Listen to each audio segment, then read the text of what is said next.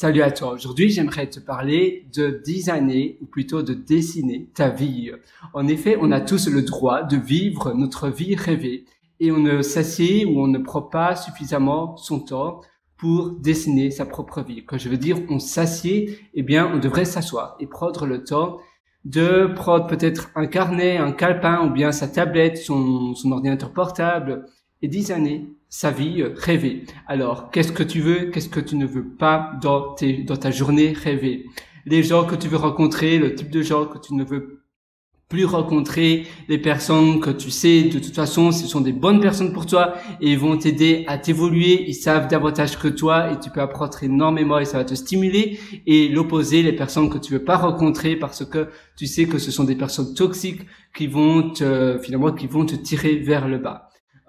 Par exemple, faire le shopping ou pas faire le shopping. Est-ce que tu veux avoir ta nourriture du supermarché délivrée à ta porte?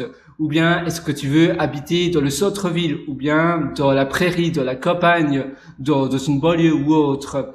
Est-ce que tu veux avoir une vie simple, minimaliste? C'est vrai qu'au plus c'est simple, au moins il y a de problèmes, davantage on gagne de temps et au moins on a de l'énergie mentale à penser, ah oui, je ne trouve pas encore cela, j'ai tellement de choses et tu vois toutes ces choses dans ton intérieur et ça t'encombre l'esprit même sans te rendre compte. Ou bien donc d'ailleurs c'est même pas une possibilité, je te conseille vraiment d'avoir aussi un intérieur minimaliste avec peu de choses. Évidemment ça ne veut pas dire seulement avoir une table et une chaise, mais peu de choses. Moi personnellement voilà, ça c'est plus ou moins mon intérieur, tu vois. C'est plus ou moins, pour moi, c'est super équilibré. J'ai aussi une rice cooker où je prépare mon chocolat chaud, je prépare mes pâtes dans mon rice cooker, je prépare plein de choses en réalité tout. Et puis j'ai la poêle pour faire le reste. J'ai aussi une poêle et une assiette. Je commence à sourire parce que c'est vrai que pour certaines personnes, et peut-être ça devrait pas être le cas, c'est étonnant. Mais je pense que pour moi, c'est la base et j'adore cela. Il y a plein de choses finalement que tu peux designer dans ta vie rêvée. Finalement, il y a tellement de choses. D'ailleurs, regarde, moi personnellement, je suis végétarien, donc c'est pour cela que dans mon frigo, il n'y a pas, il n'y a pas grand-chose.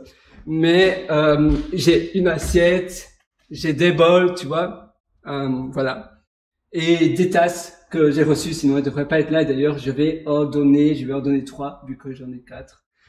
Et voilà, tu vois, donc finalement, une assiette, d'accord, même si tu es en couple, une assiette, eh bien, tu partages à deux de la même assiette. À nouveau, voilà, c'est pas vraiment mon éducation. Moi, personnellement, mon éducation, c'est manger à table avec chacun une assiette, un verre, un set de table, une nappe bien dressée, etc. Mais finalement, je trouve cela assez chouette parce que dépenser sa vie à faire la vaisselle, eh bien, tu sais que ne fût-ce que 20 minutes par jour de vaisselle, matin, midi, soir, etc., eh bien, imagine combien de temps ça prend. Même le lave-vaisselle, mettre le lave-vaisselle de lave-vaisselle, ça prend du temps. Chaque minute économisée, c'est de la vie économisée. Même 5 minutes à te faire ton café par jour, eh bien, 5 minutes fois 7, ça fait 35, tu vois, ça fait plus d'une demi-heure par jour. 20 minutes à passer la vaisselle, et c'est minimum finalement 20 minutes sur une journée entière à passer la vaisselle, ça représente déjà, eh bien, 2 heures et 20 minutes par semaine. Et donc, 2 heures et 20 minutes par semaine, tu imagines, ça fait 9 heures par mois, pratiquement. Et c'est énorme. Et 9 heures de vie, tu pourrais faire beaucoup plus. Et finalement, la vie est courte. Tu sais, la vie, c'est un peu comme un train qui en marche et qui ne s'arrête jamais. On a tous, plus ou moins, c'est l'estimation globale, évidemment, ça dépend jusqu'à quel âge on part, on décède, si tu préfères. Mais c'est vrai qu'à partir de 70 ans, on est déjà moins dans un état en forme, même si c'est des personnes très en forme, mais en réalité, on a tous 800 000 heures sur Terre, plus ou moins. 700 000, 800 000, un peu plus, un peu moins, mais c'est plus ou moins cela.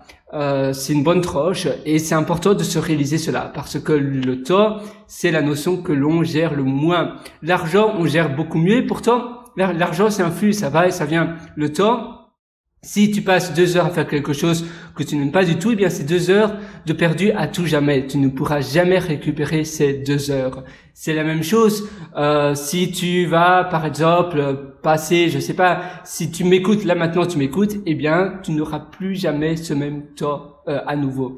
Tu sais pas stocker le temps quelque part dans un frigo ou ailleurs. D'ailleurs, mon frigo, il aurait assez de place, mais malheureusement, non, il sait pas faire cela. Il n'y a pas cette fonctionnalité pour stocker le temps. On doit simplement bien optimiser, bien utiliser notre temps. Et il faut aussi apprendre à déléguer. Tu peux même avoir un taux horaire, d'ailleurs, un tarif horaire. Tu te dis, voilà, moi, mon tarif horaire, c'est 100 € par heure. Alors, est-ce que nettoyer, faire le ménage chez moi, est-ce que faire appel à une femme de ménage, à quelqu'un qui nettoie le ménage dans mon appartement, dans ma maison, ça me reviendrait moins que 100 €? Si la réponse est oui, eh bien, tu devrais déléguer cela.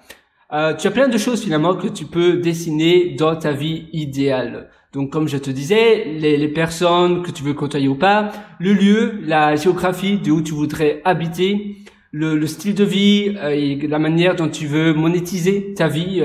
Tu as plein de choses, les routines au quotidien. Le matin, tu te lèves, qu'est-ce que tu as envie de faire le matin, ton hygiène de vie, ton alimentation, quel type d'alimentation tu voudrais manger dans ta journée idéale. Et tout cela, tu peux écrire et puis, eh bien, appliquer. Pas à pas. Évidemment, je suis bien conscient, tu ne sauras pas appliquer tout cela du jour au lendemain, mais chaque jour, tu appliques un peu plus. Et à nouveau, retiens bien cela, ça ne sert à rien de remettre à plus tard ce que tu veux faire aujourd'hui. Il n'y a jamais de moment parfait et comme je te disais, le train est en marche.